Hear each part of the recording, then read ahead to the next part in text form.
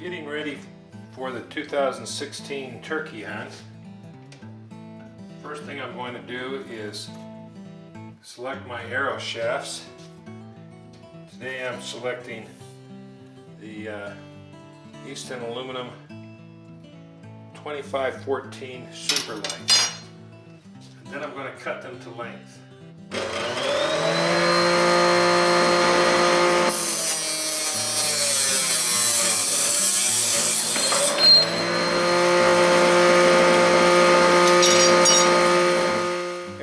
Are cut to length, I'll select my broadhead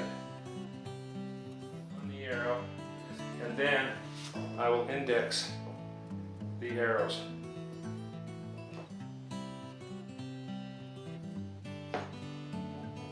Now that they're all indexed, I'll select the vanes I want to use. In this case, it's going to be 2-inch razor feathers, black, white. Fletching, I want to clean each of the shafts with denatured alcohol to remove any oils or dirt that might be on the shaft. And the first vane I'm going to install will be the cock feather. In this case it will be white. And I'm going to be using a helical clamp. After the last vane is installed, I'll remove the clamp and inspect. And there it is, the completed arrow shaft, ready to be test fired. Now that we have the arrows completed, it's time to select the bow and tune the arrows to the bow. This year for the turkey hunt, I think I'm going to use my black GT 500. The first thing I like to do is put the bow in the vise and check the string and arrow rest for square with each other. I like to use a laser level for this. So as you can see, the bowstring is now plumb with the laser level on the vertical line. Now I added the horizontal line, and we'll check to see how true everything is. On the string, and you can see that the line level is running just slightly above the point of the arrow. So with these smaller diameter arrows, I'm going to have to raise the rest just a little bit. I'll reset the rest to the height that I like it. As you can see, I'm just slightly below the line, which means I have just a slight amount of pressure on my arrow rest at full draw, which is what I like, and I found that it shoots best if I do that. Do a quick double check, make sure everything's square. So I'm just slightly above level. I'm right on my bowstring, so things are plumb in this direction. We're ready for the next step. Let's do a quick check on the third axis. As you can see, it's plumb. Now we'll tip it down, and you can see that the level doesn't change, or the bubble doesn't change. I've placed the bow on my draw board. Now we're going to check the cam sync.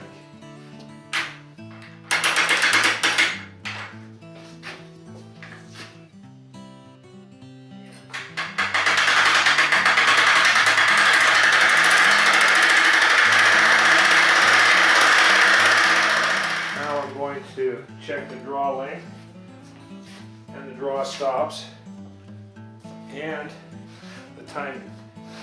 I'm looking to see if the draw stops are both hitting the limbs at the same time.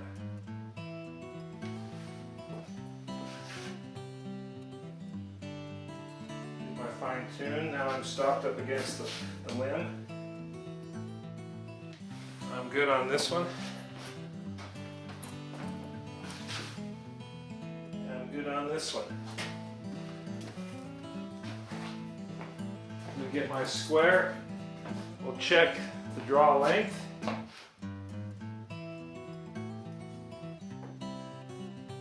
right on 30 inches, which is the proper draw length for me.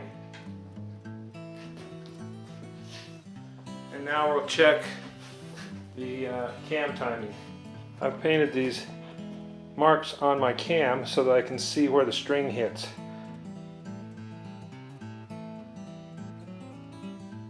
You can see that the string passes just on the third dot. Come over to the other side and we're in the same place. So our cam timing or syncing hasn't changed. That's one of the things I've liked about this binary cam system. It never changes from year to year to year. The bow and the arrows are both ready to test fire. Next step will be to do a walk back tune or a French tuning, which is what I prefer because of the limited space.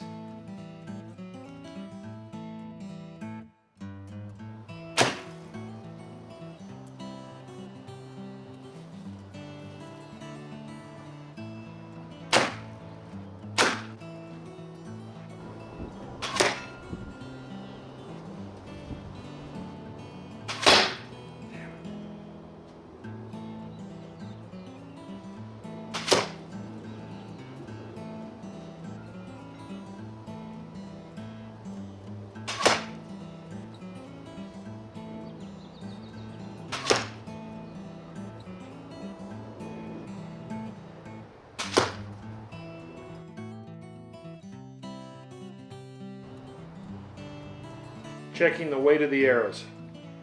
464.2 grains. Putting the data into the computer to check the FOC. The 85 grain arrow is 11.6% FOC.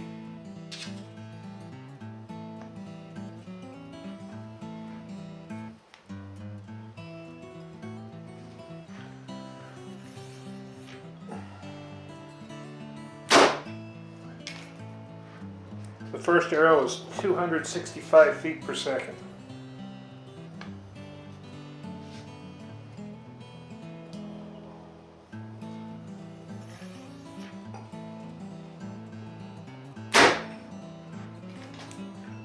The second arrow is 266 feet per second.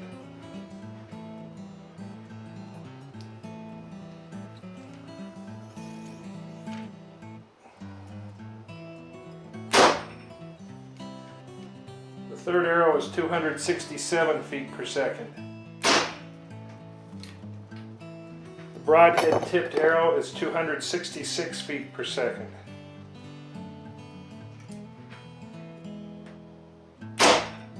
The second broadhead tipped arrow is 266. I think it's safe to say our arrow speed is 266. Shooting through the chronograph at 25 yards.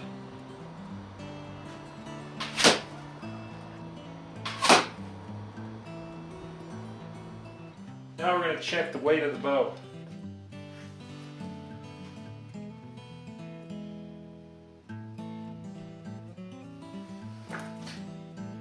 .3. The data into the computer to build the sight tape. Printing out the sight tape.